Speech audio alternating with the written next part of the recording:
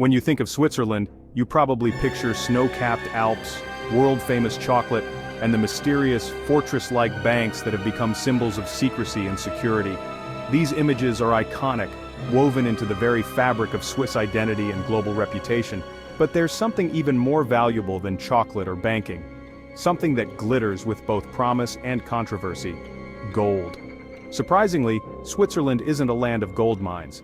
The country's mountains may be rich in beauty, but not in gold ore. Instead, Switzerland has built its fortune by refining, storing, and trading gold on a scale that dwarfs most other nations.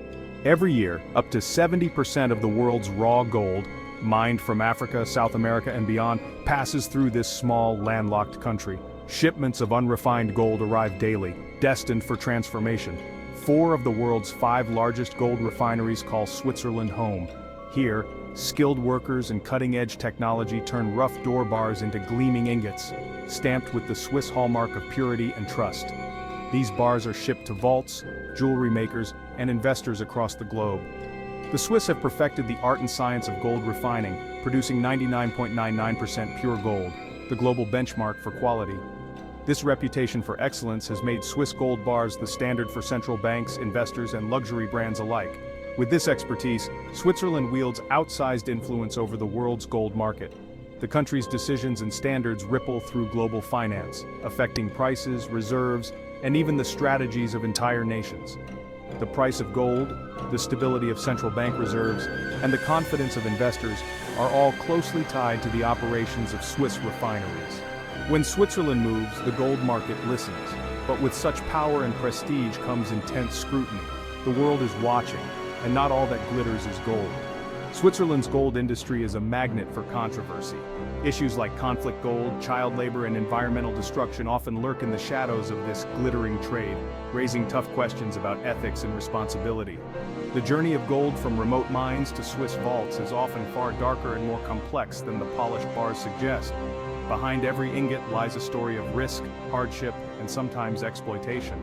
This is the hidden truth behind Switzerland's golden throne, a legacy of immense wealth, shaped by historical circumstance, and a constant struggle to balance profit with principle in a rapidly changing world.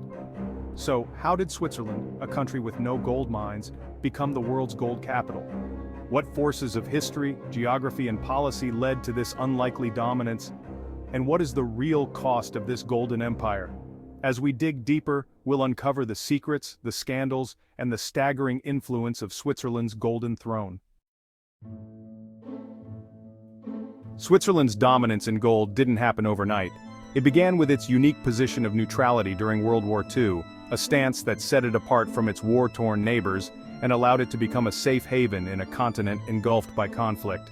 While much of Europe was devastated by fighting, Switzerland's banks became the world's vault, protected by strict secrecy laws that shielded both clients and their assets from prying eyes. This reputation for discretion attracted not only individuals seeking safety, but also governments and organizations looking to safeguard their wealth. Gold, especially looted gold, flowed in from all sides, including Nazi Germany. The Swiss banking system became a crossroads for gold of uncertain origin, as desperate regimes and individuals sought to convert their assets into something portable and universally valuable. Swiss banks and refineries melted down and converted this gold, erasing traces of its origins. This process not only helped fund the war machine but also cast a long, ethical shadow over the industry, a legacy that still sparks debate today. After the war, Switzerland's reputation for stability, neutrality, and secrecy attracted a new wave of global wealth. Investors, corporations, and even entire nations trusted Swiss banks to protect their fortunes from political upheaval and economic uncertainty. Its refineries, originally developed for the precision of watchmaking, soon became world leaders in gold purification.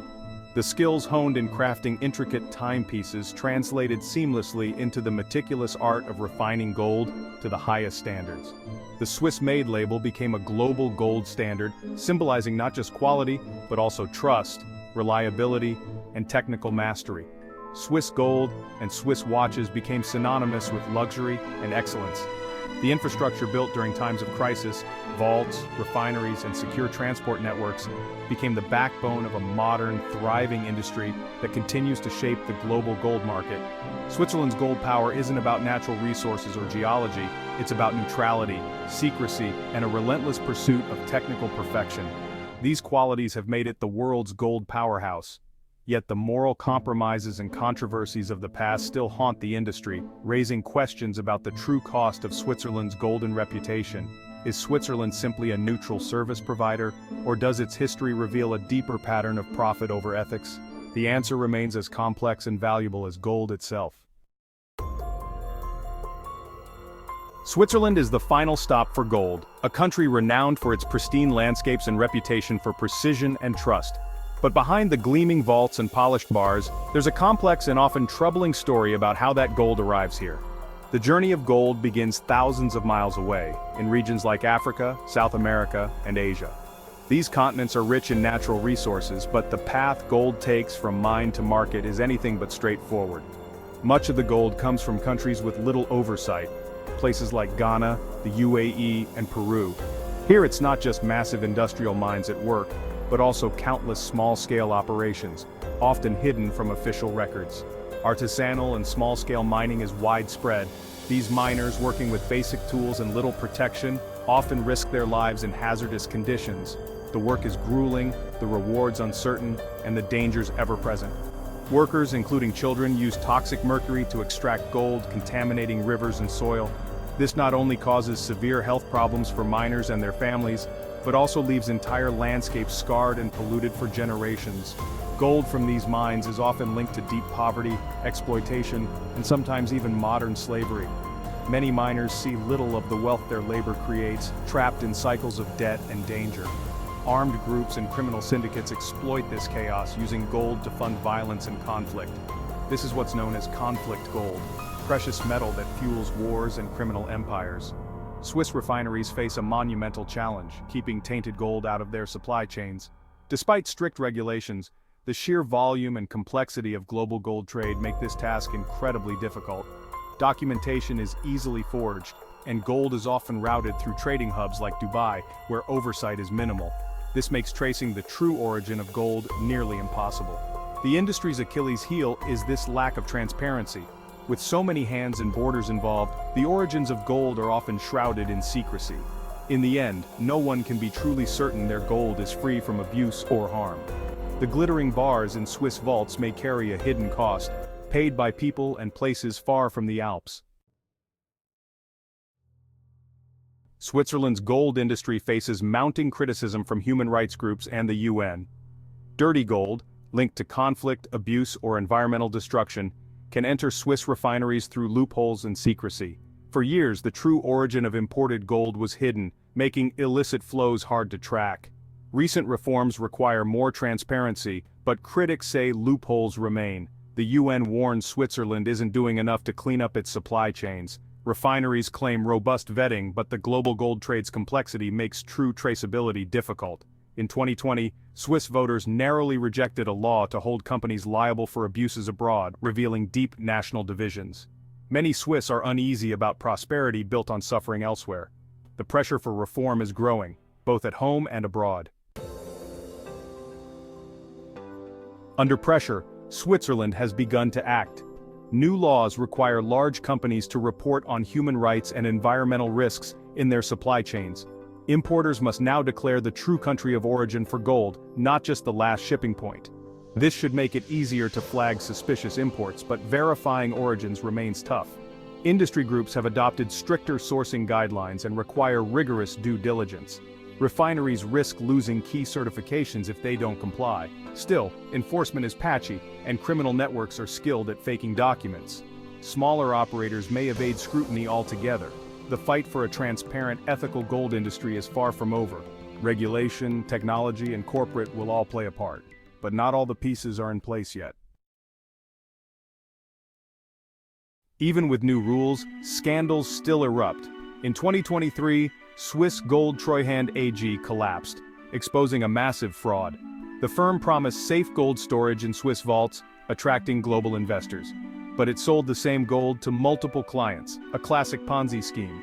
When investors tried to withdraw their gold, it wasn't there. Hundreds lost their life savings. Losses totaled tens of millions. The scandal revealed regulatory gaps. Firms arranging gold sales and storage faced less oversight than refineries. It's a stark reminder that even in Switzerland, vigilance is essential. The case damaged Switzerland's reputation and spurred calls for tighter regulation. Protecting the golden brand means fighting threats from both outside and within. Many hope technology, especially blockchain, can bring transparency to gold. Blockchain can track a gold bar's journey from mine to vault, creating a tamper-proof digital passport. Swiss refineries and startups are piloting these traceability solutions. The promise: scan a QR code, see the gold's full history. But blockchain is only as good as the data entered at the source. If corrupt officials certify dirty gold as clean, the system records it as fact. Technology can't replace on-the-ground audits and independent verification. Blockchain is a powerful tool but not a silver bullet. For Switzerland, it's a step forward, but only part of the solution. Switzerland faces a dilemma: economic interests versus ethical responsibility. The gold industry is a pillar of the economy, but its don't ask, don't tell model is under threat. Stricter rules could drive business to less scrupulous hubs, risking jobs and revenue. Yet, as the world's gold hub, Switzerland has the leverage to set global standards. Reformers argue that clean gold could become a premium Swiss brand. The debate is about national identity, profit, or principle. The choice will shape Switzerland's future and the lives of millions touched by the gold trade. The world is watching. The future of Swiss gold hinges on resolving the conflict between wealth and responsibility. International pressure and new technology are forcing change. Switzerland can choose slow, reluctant reform, risking its reputation and dominance. Or it can lead, setting the world's highest standards for ethical gold. That means investing in traceability, cutting ties with dubious suppliers, and making Swiss-made a mark of integrity. The decision lies with Swiss leaders and citizens. The secrets of the gold trade are now public. Switzerland built its empire on security and quality.